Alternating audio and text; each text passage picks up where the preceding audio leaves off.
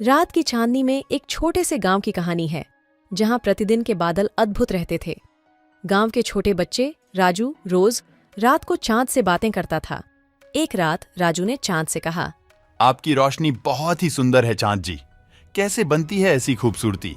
चांद ने हंसते हुए कहा, राजू, हर रात जब मैं स्वर्ग से नीचे आता हूं, मैं सभी प्राकृतिक ताकतों को साथ लाता हूं। मेरी रोशनी में वह ताकत है जो सबको जीवन की राह दिखा सकती है। राजू ने उत्साहित होकर कहा। क्या मुझे भी वह ताकत मिल सकती है? चांद ने मुस्कुराते हुए कहा, हाँ राजू, तुम्हें वह ताकत मिल सकती है अगर तुम एक मैजिकल पाठशाला में जाओगे। वहां एक खास ताकत है जो हर किसी को नहीं मिलती। राजू ने आसमान की ओर देखते हुए कहा। कहिए ना, वह मैजिकल पाठशाला कहाँ है? चांद ने उच्च आवाज में कहा, वह पाठशाला हर रात एक विशेष पौध में खुलती है। तुम्हें उस पौध को ढूंढना होगा और तुम्हें वहां पहुंचने के लिए एक सवारी की आवश्यकता होगी। राजू ने उत्सुकता से कहा। मैं वह पौध ढूंढकर उस पाठशाला में जाने के लिए तैयार हूँ। राजू ने गांव के सभी बच्चों को बताया और सभी ने मिलकर राजू को सवारी के लिए मदद करने का निर्णय किया। उन्होंने एक जादुई सवारी तैयार की जो पौध की ओर ले जाएगी। राजू ने सवारी पर सवार होते हुए कहा, चलो, हमें वह पौधा ढूंढना है। सवारी ने राजू को एक जंगल में ले गया जहां वह पौधा मिला। पौधे की खिलती हुई पत्तियां अद्वितीय रूप से चमक रही थीं। राजू ने हृदय से कहा, यह है वह पौध। अब मैं मैजिकल पाठशाला में जा सकता हूँ।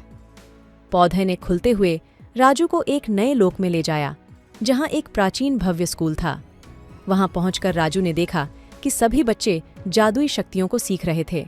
प्रमुख गुरु ने कहा, राजू, तुमने हमारी जड़ों से आई हुई हो, इसलिए तुम्हें यहां आने का अधिकार है। अब तुम भी हमारे साथ इन जादुई शक्तियों का सीखना शुरू कर सकते हो। राजू ने हर दिन मेहनत की और जादुई शक्तियों का सीखना शुरू किया। वह जल, वायु, अग्नि और पृथ्वी के तत्वों को नियंत्रित करने का कला सीखा। एक दिन गुरु ने कहा, राजू, तुमने अब तक सब कुछ सीख लिया है। अब तुम्हें आता है कि इस जादुई सवारी को वापस गांव ले जाओ और अपने दोस्तों को इसी ताकत से संपन्न करो। राजू ने हंसते हुए कहा, जी गुरुजी, मैं जल्दी ही वापस आऊंगा और अपने दोस्तों को इस नई शक्ति से आशीर्वाद दूंगा। राजू ने जादुई सवारी को बुलाया और गुरु की आशीर्वाद के साथ गांव की ओर रुख किया। गांव में वापस आने पर राजू ने दोस्तों को बुलाया। आओ दोस्तों, मैंने एक जादुई शक्ति सीखी है जो हमें और हमारे गांव को सुख और समृद्धि प्रदान कर सकती है। वे सभी दोस्त उत्सुकता से राजू की बातों को सुन रहे थे।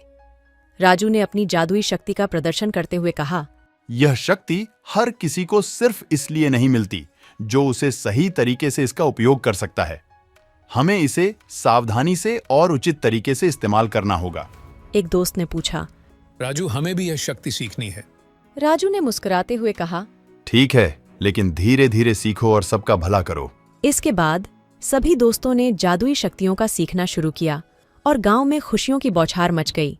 गांव में हर किसी के जीवन में सकारात्मक परिवर्तन हुआ और सभी ने इस नई जादुई शक्ति का सही तरीके से उपयोग किया। फिर एक दिन गांव में एक बड़ा संघर्ष हुआ। एक राक्षस ने गांव को हमला किया और सभी को खत्म करने का आतंक बना लिया। लेकिन राजू और उसके दोस्तों ने जादुई शक्तियों का सही तरीके से उपयोग करके राक्षस को पराजित कर दिया। गांव वालों ने राजू को अपने हीरो माना और उसके दोस्तों को धन्यवाद दिया। राजू ने कहा, इस जादुई शक्ति का उपयोग सिर्फ अच्छे कारगर कार्यों के लिए करना चाहिए। कहानी का अंत। इस प्रकार राजू ने अपनी जादुई शक्तियों का सही तरीके से उपयोग करके गांव को बचाया और सभी को सुख शांति में जीने का सीख दिया। इसके बाद गांव वालों ने मिलकर एक नया संबंध बनाया और सभी ने मिलकर खुशियों से भरा जीवन जीना शुरू किया। इसके साथ ही राजू ने अपने दोस्तों को साथ लेकर गांव को और भी सुंदर और खुशहाल बना दिया। धीरे धीरे कहकर सुनने वालों को बोलें, क्या तुम भी अपनी जादुई शक्तियों का सही तरीके से उपयोग करके अपने जीवन को सजीव और सफल बना सकते हो?